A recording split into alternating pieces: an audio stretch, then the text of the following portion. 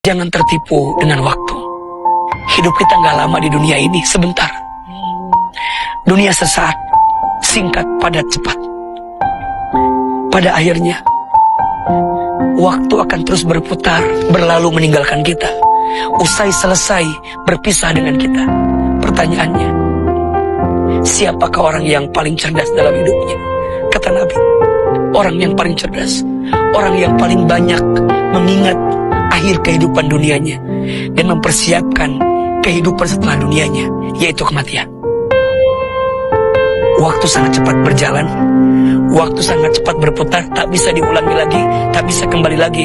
Ada pepatah mengatakan time is money, waktu adalah uang. Tapi mohon maaf, sebenarnya time is more than money. Waktu lebih daripada sekedar uang. Uang hilang bisa dicari, uang habis bisa diganti, tapi waktu pergi tak bisa kembali lagi. Maka manfaatkan waktu sebaik-baiknya.